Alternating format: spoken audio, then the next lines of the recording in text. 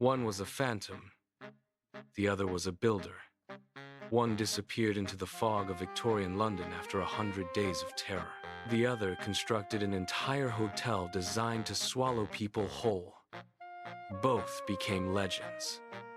Both helped invent a new word for what they were: serial killer. Tonight, Jack the Ripper and H.H. Holmes, the two killers who shaped the dark mythology of the modern age. Two completely different forms of evil.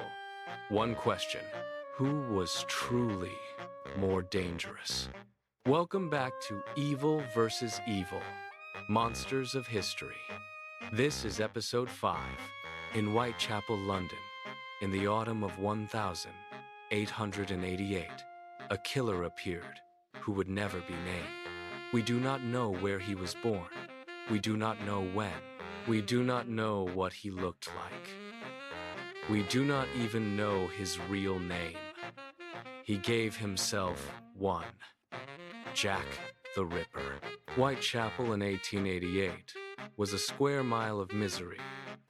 Overcrowded tenements, unlit alleys, open sewers, sweatshops where women worked 16-hour days for pennies, and, on every corner, the women that London preferred not to see: sex workers, most of them widows or abandoned wives, sleeping rough for the price of a single doss house bed. They were the poorest of the poor in the richest city on earth, and they were the ones he hunted. His first canonical victim was Mary Ann Nichols, known as Polly, killed on the 31st of August 1888. Her throat was cut twice, so deeply that her head was nearly separated from her body. Her abdomen was torn open. 8 days later, Annie Chapman was found in a backyard with her intestines pulled out and laid across her shoulder. Her uterus had been removed and taken. On the night of September 30th, he killed 2 women in 1 hour. Elizabeth Stride interrupted before he could mutilate her. Catherine Eddowes, found less than a mile away with her face cut, her intestines exposed, and her kidney missing. Police called it the double event. The world was already losing its mind. Newspapers ran daily updates. Citizens formed vigilance committees. Tens of thousands of letters poured into Scotland Yard claiming to be from the killer. One was different. Written in red ink, it began with the words, "Dear Boss." It mocked the police. It signed itself with a name no one had used before: Jack the Ripper. The name stuck. Then came the package. A small cardboard box was delivered to George Lusk, head of the Whitechapel Vigilance Committee. Inside was half of a human kidney, preserved in wine, and a letter beginning with the words, "From Hell." The writer claimed to have eaten the other half. The kidney matched Catherine Eddowes. On the 9th of November 1888, he killed Mary Jane Kelly inside her own rented room on Miller's Court. It was the only murder he committed indoors, and it was the worst. She was unrecognizable. He had spent hours alone with her body, doing things investigators refused to describe even in private reports. And then, he was gone. No more letters, no more bodies, no more pattern. Whoever Jack the Ripper was, he vanished as completely as he had appeared. The list of suspects across the next century would grow to over 100 names. A Polish barber, a Jewish kosher butcher, a failed lawyer who drowned himself in the Thames weeks after Kelly's murder, the grandson of Queen Victoria, even the painter Walter Sickert. None of them could ever be proven. More than 130 years later, his identity remains the most famous unsolved mystery in criminal history. That was Jack the Ripper, the killer who became a ghost.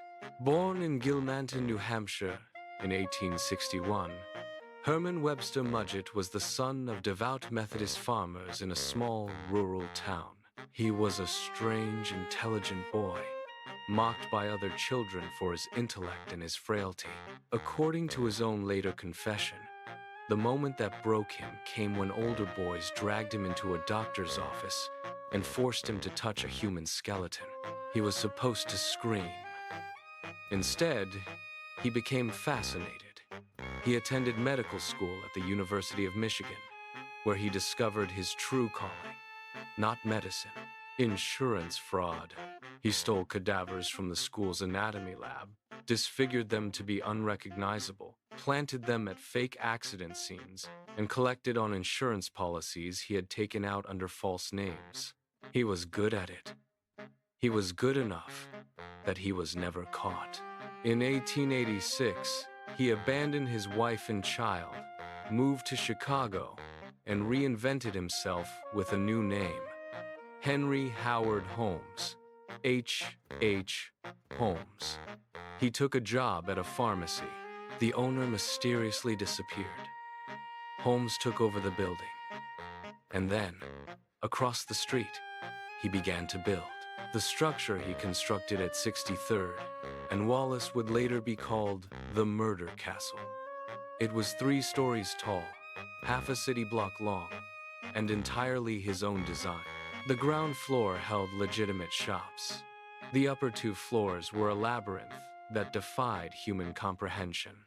Doors that opened onto blank walls, staircases that led nowhere, hallways that looped back on themselves, rooms with peepholes from the next room over, rooms with gas jets controlled from his private office, rooms lined with asbestos and steel, soundproofed against any scream. Beneath the building was a basement that no guest ever saw. It contained a dissection table, a surgical kit, a kiln large enough to cremate a human body, a vat of acid, a pit of quicklime, and a set of greased chutes that ran from the upper floor murder rooms directly down into the basement so that a body could be dropped in seconds and never carried through a hallway. In 1893, the World's Columbian Exposition came to Chicago. More than 27 million people visited the city over 6 months. Holmes rented out his hotel rooms to fairgoers, primarily young women traveling alone. Many of them checked in. Not all of them checked out. He killed his own employees. He killed his lovers. He killed business partners and competitors. He sold the skeletons of his victims to medical schools, completing the perfect economic loop. The body that paid for his medical school now paid for his fortune. He was finally caught not for murder but for insurance fraud. He had killed his longtime partner, Benjamin Peitzel, and then convinced Peitzel's widow that her husband was still alive and hiding. He took 3 of her children, Alice, Nellie, and Howard, supposedly to reunite them with their father. He moved the children across state lines and across the Canadian border for months while the mother waited. He killed Howard first, in Indianapolis, and burned the body in a kitchen stove. He killed the 2 girls in Toronto and buried them in the cellar of a rented house. A Pinkerton detective named Frank Geyer tracked his movements across the entire continent and uncovered the bodies one by one. He was hanged in Philadelphia on the 7th of May, 1896. He confessed to 27 murders before he died. Historians today believe the real number is somewhere between 9 and over 200. That was H.H. Holmes, the killer who built a machine. Now let us put these 2 predators side by side. Category 1, method and brutality. Jack the Ripper killed with a knife and his bare hands, on the street, in the open, in a matter of minutes. His brutality was personal, frenzied, and intimate. H.H.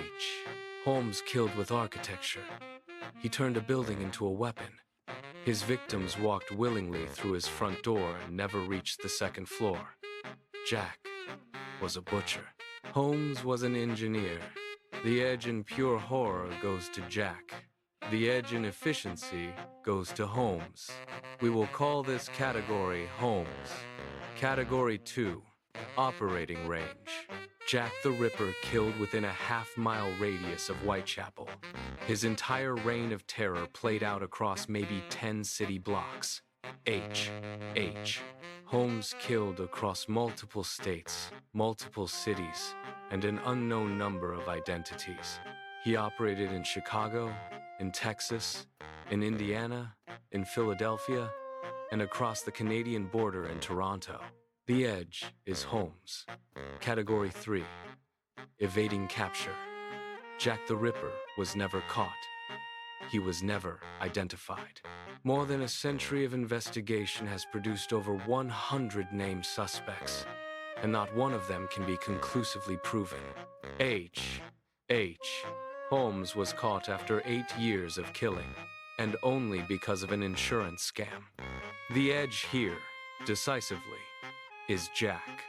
Holmes was a builder. Jack was a ghost. Category 4.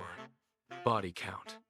Jack the Ripper is credited with 5 canonical victims, though some historians believe the real number could be as high as 11. H.H. Holmes confessed to 27. Some estimates run far higher, into the hundreds. Either way, Holmes killed more. The Edge is Holmes. Category 5. Cultural staying power. This is the one category where they are genuinely equal, and where together they invented something new. Before 1888 and 1893, the world did not have a word for what these men were. The term serial killer did not yet exist. Jack and Holmes together gave birth to the entire concept.